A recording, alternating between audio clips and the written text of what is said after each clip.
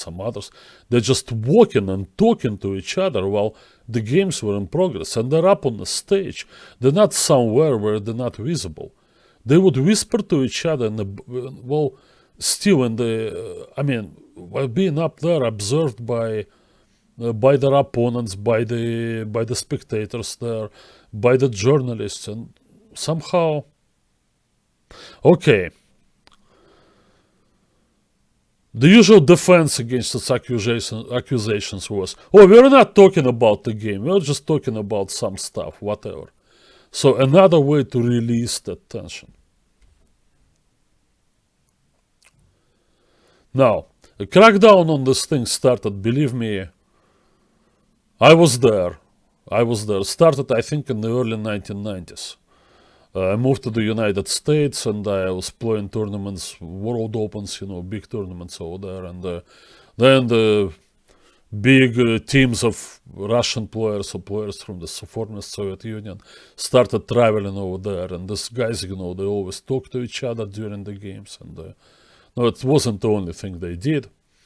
And the arbiters and Bill Goldberg and his arbiters, Karol Jarecki and others, they tried to break up this thing, so they were threatening to take some actions. I don't think they ever did anything, but this issue was brought into attention. And by default, I kind of got my being Russian, cannot be denied, although I did not carry a Russian passport, I never had it. The Soviet, that was the one I had, it was.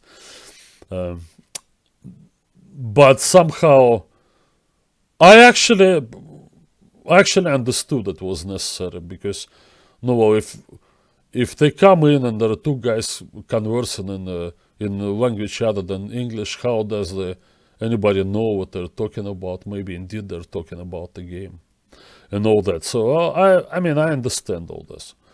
Now, once again, I don't want to name names, but even before that, I played once in the USSR First League Championship, and two of the brightest young players, whose names are very famous and known to every chess player now, they're almost thrown out of the tournament, because after every move and every game, they were running to each other like, separated lovers, and just walking off the stage, somewhere, and shush, rook b5, bishop g7, yeah, take here and takes there. That's simply unstoppable. And I wish they were thrown out of the tournament, although I was friendly and, maybe still friendly with both of them. But, yeah, that's how it was.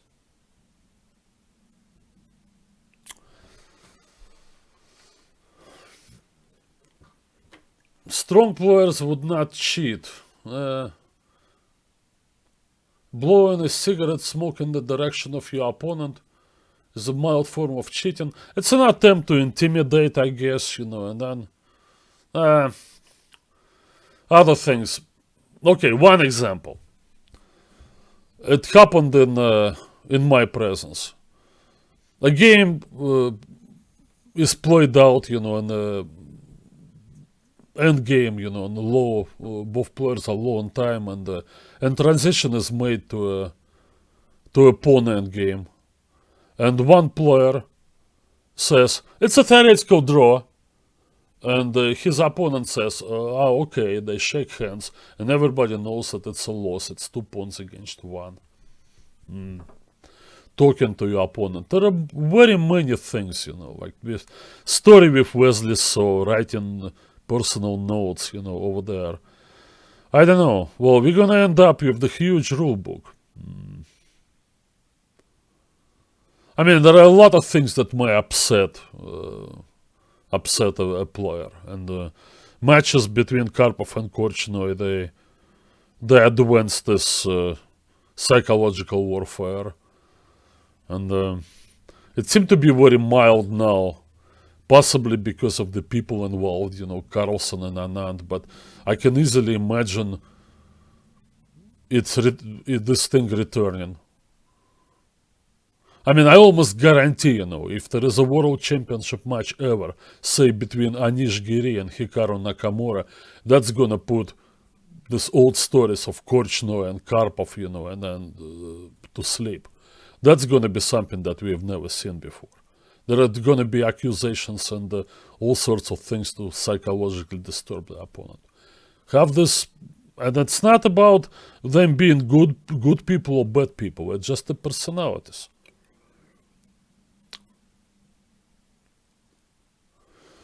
Now, Topalov and Kramnik. Well, that thing was going to the toilet. Obviously, nothing was proven. On the other hand, when the guy runs off the stage and goes there, what it happened before?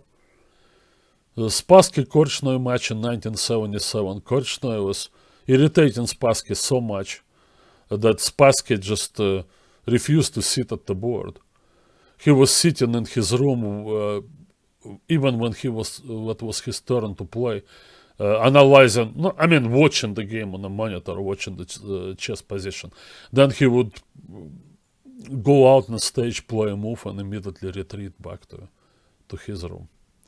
Korchnoi and Petrosian, they were kicking each other under the table during the 1971 candidates match in Odessa. Oh, I don't know. Well, chess is never ever was that clean gentleman's game. Probably never. I don't know. I just don't want to. I don't want to act like, I'm sitting there and accusing the new generation of players of being unethical, and worse than that. But I guess it's always been like this, particularly when the stakes are high. The majority of cheaters are psychopaths. People get too nervous. Well, they don't have conscious or conventional fear. Now, I want to return to this thing, Well, now I talk about Nigalidze and this whole thing, Why was it on social networks? If you have this picture, I look at this actually. The thing is over there. There really isn't a whole lot. Okay, just look at this. So that's a chessboard. By the way, that was a remote position. It wasn't a position that was already on the board. Then, for whatever silly reason, there is the entire game text. Why do you need that? And just under the diagram, there is only one line over there that gives some kind of a primitive computer thing. That's an evaluation that gives white plus 0.14, and there is only like 3 moves. What is this thing, Is it really useful? Can you take this thing, and win chess games because of it? And Nigalidze won the tournament in LA in December. But he didn't, even if he had this, he didn't win because of that one line of chess moves. I'm venturing a guess here, guys. I'm venturing a guess, like, okay, that's him unhappy. Alright. Maybe. I can't really read, character, but just taking one look, whatever. Appears to me, that the guy really was mainly in need of some kind of a social approval. Oh, I'm playing good chess. They would say, I'm not cheating, I'm just looking at computer evaluations, right? That's why his boss, Zurab Azmayparashvili, who is the president of the European Chess Union and formerly very strong grandmaster and one of the helpers of Garry Kasparov, and also a guy who, cheated quite a few times, like throwing games and buying games, and once even, he bought a whole bunch of rating points in one tournament. Strumitsa, what was it, somewhere in Yugoslavia in the early to mid 1990s. It was a 4-player tournament, and involving basically 3 out of the 4 players that were known to be not clean at all, and that includes Azmayparashvili, and he came away with a lot of rating points and almost reached 2700. Anyway. So, Azmayparashvili now gives this kind of a strange, muffled beat, like take on the Nigalitze case and saying, yeah, well, he was wrong, but you can't punish him a whole lot, maybe 1 or 2 years suspension. And he's a poor Georgian, his family doesn't have money, and he needs to make money from chess tournaments, and not just a little bit of cheating. He said that he used the word doping, like in doping control. It's a very mild doping, he said. How about that, eh? I actually had it, once.